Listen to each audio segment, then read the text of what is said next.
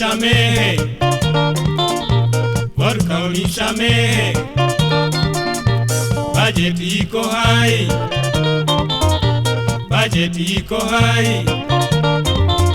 Vyakula vimepanda, vyakula vimepanda. Ukame umezidi, ukame umezidi.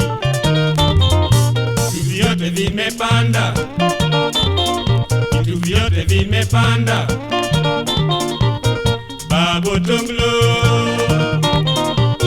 babo tonglo.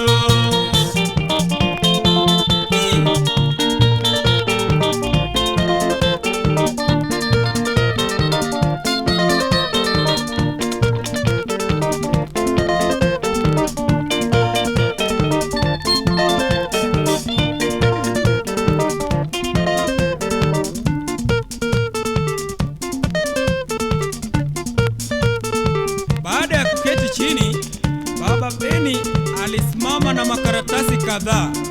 Kwanza akanyorosha sauti.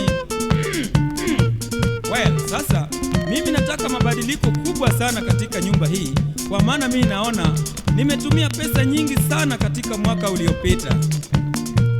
Kwanza mtakunywa strong tea, chai bila maziwa. Sukari mtaweka kijiko moja, 1 spoon. Kama hakuna majani mtakunywa uji bila sukari. Unga ni ya kupima. Lakini mjue ikifika saa 3 ya asubuhi, moja kwa moja mpaka soko Mjinga kununua sukuma, na mtapika bila mafuta. Na sitaki kuona sabuni ya nyingi katika nyumba hii. Mtasafisha manguo zenu na sabuni ya makasi, na kuoga na sabuni ya panga. Sasa kuna vyakula ambavyo vitapunguzwa kuanzia sasa. Vyakula kama nyama, kuku, samaki mtakula mara 2 kwa mwezi, tarehe 15 na mwisho wa mwezi.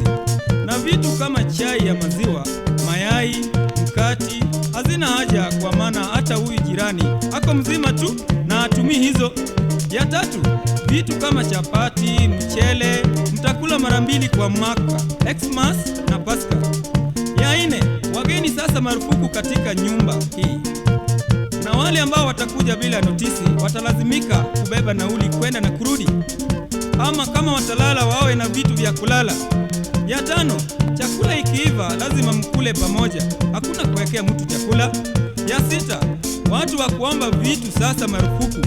Atisaidia na stove yako hiyo dakika kidogo, atisaidia na pasi yako hiyo ninyoroshe nguo yangu moja tu, atisaidia na makaa, vitu ndogo ndogo, majani, chumvi, binzari, mafuta, kibiriti, kitunguu sasa marufuku.